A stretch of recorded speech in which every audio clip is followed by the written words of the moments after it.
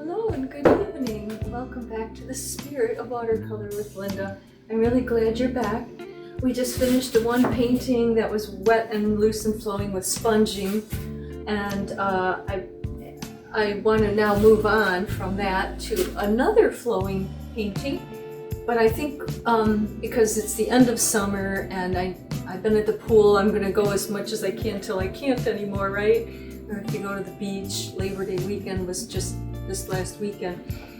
So I was thinking, when summer's leaving, it's nice sometimes to do a summer theme one more time, right? To paint something.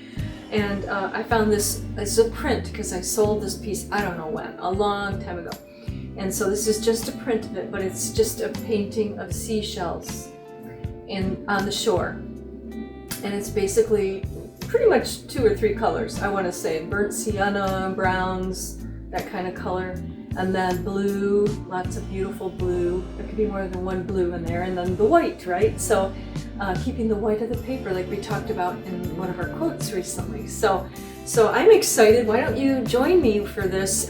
We're just going to sketch out these shapes. And then we're just going to,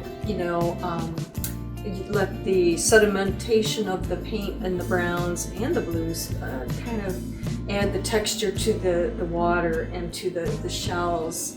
And it's really a fun thing to do and very satisfying. You can actually make a beautiful painting to hang so that you can enjoy it in the winter time or all year round, when you're kind of missing that summer beauty and things in the summer that we love. So join me, and I will see you in just a moment at the table with some really good watercolor paper, and we'll move forward, wet on wet, and let it flow. See you there. Okay, so as you see, here's the print that I had, and again, just looking at the colors, and the shapes, I drew the shapes of the starfish and the 2 shells there, and you can see it's a wet on wet. There's actually some opera rose in there that I didn't know if I mentioned, but and then I've started the painting a little prematurely because I was drawing it and was going to wait. But as I do often, I get excited and start coming in with the paint sooner than I realized, and I hadn't been videotaping it. But as you can see, you can still see the pencil lines of the starfish, okay, and the shell up here, just the real basic lines, right, that I've used here. And then also, I think I used the 3B pencil. Any good 3B drawing pencils, and then again the other shell here, and you can see how basic those shapes are, and yet when we do the paint, all the information is going to come in, right? So and I tend to go back and forth. I use the siennas and the yellow. I mix some yellow into my sienna to get these different kind of raw sienna colors, shell colors. I may go a little more sienna into that because as I look at this, it could use a little more. So you'll see me working back into this painting in a moment. And then I did start here with the wet on wet with my favorite wetting brush, which is my Cotman. Actually, it's a student grade. Let me wet that. Student grade flat brush. But it's not super flat. It's kind of thick. I mean, it's flat, but it's got a slightly rounded edge. But then I come in, and of course I just kind of came in the top here. I've got a little bit of blooms that I might want to smooth out a little bit here, or maybe leave. I haven't decided yet, but when these paints are wet, you can often move them around, or when the non-staining colors, when you re-wet them, they all smooth out a little. And then that was just kind of atmospheric, and the sand and so forth. I'm going to bring in some spraying water into there by spattering. And then I came in with the wet like this. Okay, I'll show you here because I didn't get quite dark enough. And I came in under the shell, okay. And then when that's wet, we let the paint flow. I'm going to use my round brush for that. I've been going back to this large brush a lot. It's a beautiful Cheap Joe's golden fleece. I am threatening to repurchase it because as you can see, my ferrule is kind of worn out and I had to tape it together. I have my cobalt blue, which I love using in oceanic or floral paintings a lot. It's just an intensely beautiful blue. These are Daniel Smith. And then maybe some of that, there's a little bit of this opera pink, which I'm using in this painting, a little bit different. It's called Rose of Ultramarine. And I did that in the pinks there. And I like that. I want to save that. There's sedimentation because of the ultramarine blue. So, as I mentioned, this came out quite light as it dried, but I'm going to have to, you know, bring in more value. See how much darker, much more value, how strong that is? This one, it's the paper. It does fade, but that's okay. I may be okay with it, or I may need to add that depth of color. It depends. You know, each painting is different, like I mentioned. Now, I wanted to say that I was looking at some of my browns and earth tones, you know, for these shells and the sea starfish. And so I went back to my swatching thing, which I wanted to show you that I swatched a few colors more here. I've never finished this. I kind of do it as needed, okay? And so here's the Lunar Red Rock, which is one of mine that's very, very granulating. Beautiful. It's Burnt Sienna, which doesn't have as much granulation because the lunar colors are very granulating, which I think is great for the starfish. This is Lunar Earth. It's a little less pigmented. This is much more reddish. And then, oh, down here, very somewhat granular too, is the sepia, and maybe too brown for my purpose, unless I add a yellow to it. And then, let's see, I have one more color here. It is, quinacridone, I think deep brown, or gold, deep quinacridone. There's a deep one, of which is very beautiful as well, but again, quinacridones don't have granulation, so I want to pick the ones that have more granulation, probably the lunar colors and pigment. Of course, I'm going to put more blue as like here around the shells. It's just like, you know, bits of water that have flowed in and out from the ocean. You can add more blue back there as well. I'm just going to do a soft bit of it, and that'll be it. So I'm going to wet within this, because of course sometimes it's good just to go from the top and move around. But you can do it any way you like. Like I say, when I was first taught, it's like work around the page or whichever direction. I'm left-handed. But again, I think a larger brush is easier to wet that area, right? Much easier. And then after that, I set in with some soft, kind of raw sienna color. It's kind of a mixture of the burnt sienna with the yellow, nickel azo yellow, to kind of get the first value, soft value. Then we'll come back in with the stronger value of the sienna color, but it's really the Lunar Earth or Lunar Red Rock.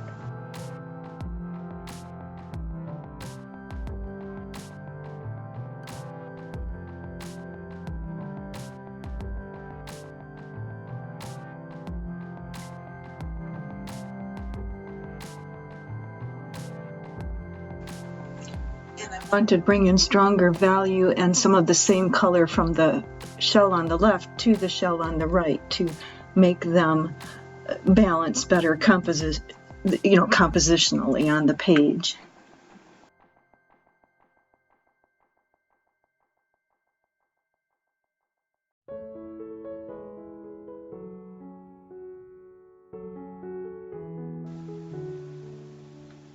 Here we're using the Sedimentary colors to create our starfish, and I've used the Sedimentary paints the lunar colors, mainly Lunar Red Earth and some of the yellow ochre in there, and I did end up with salt in there, and also, and that was at the end, but to add more texture than the sedimentation was getting, because the starfish is very sedimentary.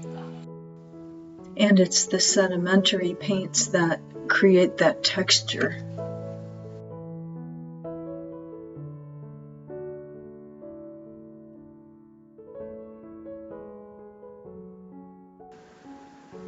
Now I'm putting in the same lunar red rock color into the starfish to get that sediment granulating texture again.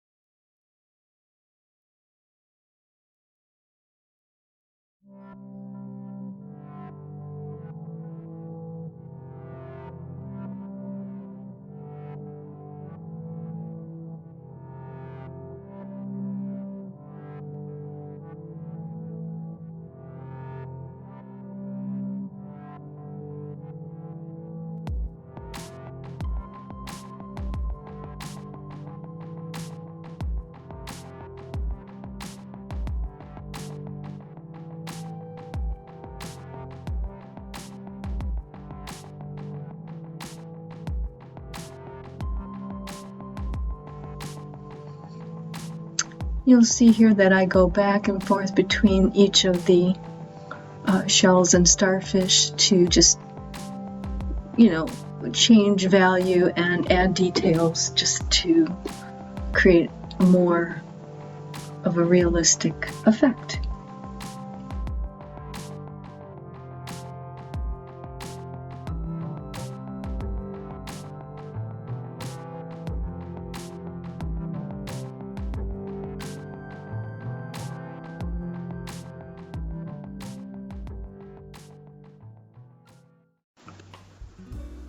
And then I start to come back in with the blue for the water on the shore. And I'll do that as soon as I wet the paper around the shells and the starfish again. And then we start to apply stronger values of blue, maybe a little more rose of ultramarine.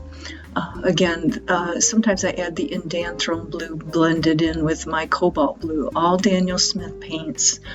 And we're gonna kind of move toward finishing, where we're letting that water flow in the water on the paper, and then we will bring in spattering as well, as you see in the example there.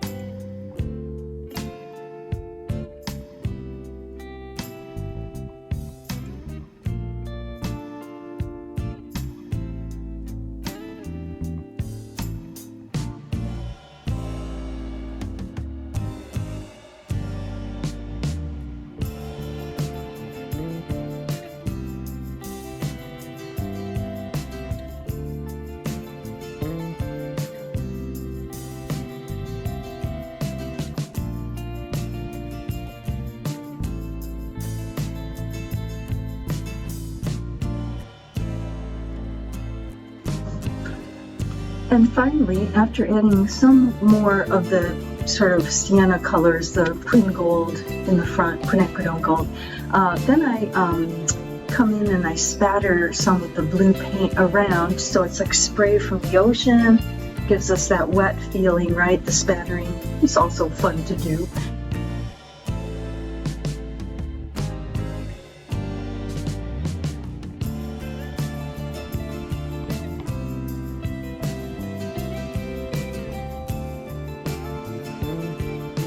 And then I just, I clean it up.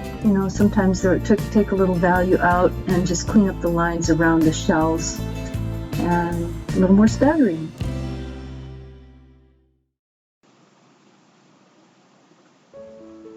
As we finish this video, I want to say I really hope you've enjoyed it as much as I have, and that I hope you will join me again in the next videos yet to come.